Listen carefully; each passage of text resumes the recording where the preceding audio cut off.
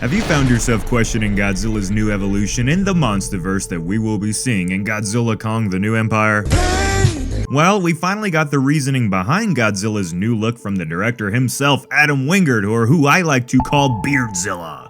What's up, residents? This is Jacob, and welcome to Dangerville. Thanks to Total Film, a movie-based magazine company, we have just gotten our biggest load of New Empire news yet.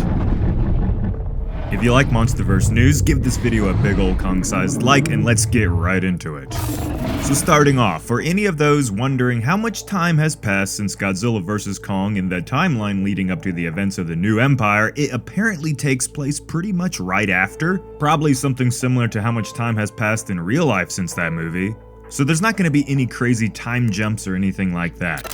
The article also gives some insight on the thoughts of both Godzilla and Kong after their big feud in that movie, confirming that at the end of GVK that only a small truce was made between the two, and that Godzilla was still hesitant of allowing Kong to get away clean.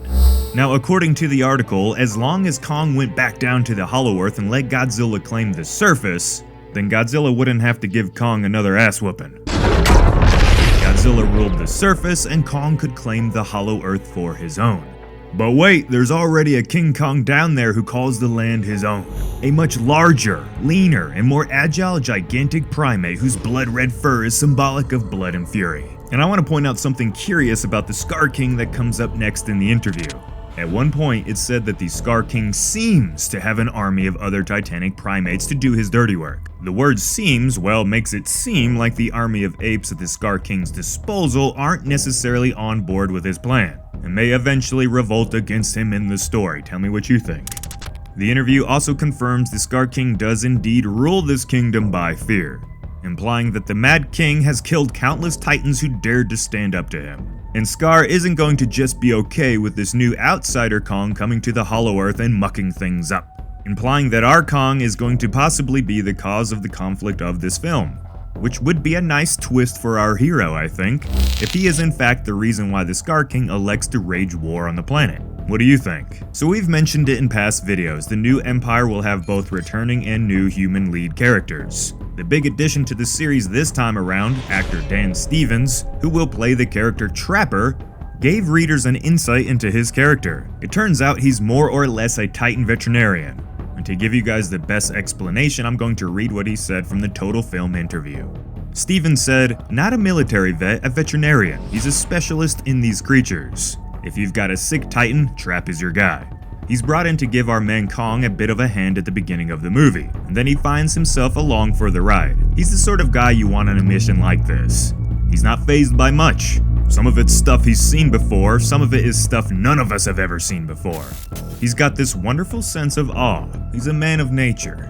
He really feels at one with the cosmos, whether it's above the ground or in the Hollow Earth. So he sounds like an animal-loving, rugged hippie character, a lot like me, so I like that. Hopefully he's not too goofy is my only concern. Now myself and other fans have questioned if this means Trapper will be the main force behind getting Kong suited up with the Beast Glove. And when Wingard was asked about this, he got cryptic and dodged the question, but says Trapper has one of the best intros for a character he's ever made for us, so look forward to it. Thankfully, Dan Stevens was a little bit less secretive about his character's introduction and gave us some information about it. He says, "We meet Trapper being extremely up close with Kong. So for that sequence, they had a giant piece of Kong's," he laughs, I was going to say a giant piece of Kong's anatomy, but that sounds really wrong. "They had a real bit of Kong that I had to interact with. That was kind of wild. The human storyline is all in one place this time around," says Rebecca Hall, the actress who plays Eileen Andrews. "I really enjoyed getting to work with Brian Tyree Henry on this one, who I didn't get to work with last time. Andrews recruits his character to help with something, and working with Dan is a blast for me, one of my favorite things to do." So when Dan and Rebecca were asked about how their characters were connected in this new movie, they said, "We were friends and then roommates after university, so we go way back. I hope viewers feel that. There's a bit of history there between our characters." Now, director Adam Wingard did give a few crumbs here regarding the story, and he says, "This is very much a kitchen sink Hollow Earth experience. We take you all over. You see all different types of environments and lots of new creatures, and some familiar ones. At the same time, we still managed to get around a lot on the surface. We have scenes in Rio, Rome. The film still has this big international feel. We cover a lot of ground." So the human characters might be interesting this time around, but don't expect any -1 deep drama or anything like that. However, it's sounding like Wingard and team are doing their best to get the most likable MonsterVerse cast in human story since Skull Island. No, not that one, the good one. In the article, it's also confirmed that Apex, the anti-Titan tech company, is gone in a literal sense, but their tech has been absorbed by Monarch, and this will likely explain all the sci-fi tech being introduced in this new movie. Which leads us to the big topic of why Godzilla looks the way he does and why the movie seems a bit more unrealistically eccentric compared to past movies in the series. Once again, I'm going to read his words so you can hopefully get the best picture in your head of what he's aiming for with this new movie. One of the incredible things about Godzilla is that the character has existed in so many different tones and interpretations in the Toho films. I'm a huge fan of the whole spectrum, and I've always really enjoyed the late Showa era. There are so many big ideas, and they have such epic fun with these larger-than-life characters. In Godzilla vs. Kong, we paid homage to that epic tradition, including a handful of Easter eggs for the hardcore fans, and while I don't want to give anything away, we definitely work in a few things for the Toho fans in the new film as well, so keep your eyes open. And next, Adam was asked why he likes so much vibrant colors in his movies. Whenever I was talking to the visual artists, what I told them was I want the color palette of this film to resemble the experience of what it was like to walk down a toy aisle in the 1980s. When you had Thundercats, G.I. Joe, and Transformers. There was just this orgasmic feeling, kinda weird Adam, you were a little kid, so many colors and textures. That's what I wanted to bring to this movie, this new heightened reality. I wanted to find out, can you take the over-the-top, toy aisle experience, but then find a way to ground that into reality? Very specifically, in the last film, I wanted Godzilla to have a continuity to look the way he had in King of the Monsters and the 2014 Godzilla movie. But then I didn't get a chance at doing my version of Godzilla. So now I wanted to do different things with the spines and try different colors. I didn't want it to just be random, it's part of the story. And similarly with Kong, I wanted to give him some sort of new look as well. We grew his beard out and gave him a little bit more gray hair and stuff. So if you wanted an explanation as to why Godzilla looks different, apparently it's gonna have a point and purpose in the story, it's gonna make sense, but realistically at the end of the day, Adam just wanted these monsters to look more like toys and to have more vibrant colors, so I guess they pop off the shelves more and they sell more merchandise, ka-ching! Now if you're like myself and you find yourself missing the golden days of cinema, well it seems like the new Empire was made with the intent of recapturing some of that classic filmmaking magic. By prioritizing real locations, real settings, and real environments. Get this, they actually went to these places in real life, everyone! According to the article, it reads, the environments in Godzilla Kong: The New Empire will really pop. For Hollow Earth, the production shot in Greenland, Iceland, Hawaii, and Australia. A totally weird fantasy landscape, as Wingard puts it. Production designer Tom Hammock added that they had hundreds of people working on the movie and they built more than 60 sets for the production. And he stressed that real locations were utilized whenever possible. Hollow Earth is based on this living fossil jungle that still exists on Earth in the far north of Australia, where it hits Papua New Guinea. The studio let us go to the place with leeches and snakes and constant rain and mud. We built sets that could be carried into the jungle. Literally, we shot where the road ends in northern Australia. In the last film, we had the Heave, the Hollow Earth aerial vehicle. In this one, we updated it so it breaks apart into 14 pieces. We could crane it down into a remote riverbed in the middle of the jungle and reassemble it. That way, you can have the characters exit the spaceship and walk fully around it. And if you want to see the monsters destroying cities like they usually do, well, you are still going to get that in the new Empire.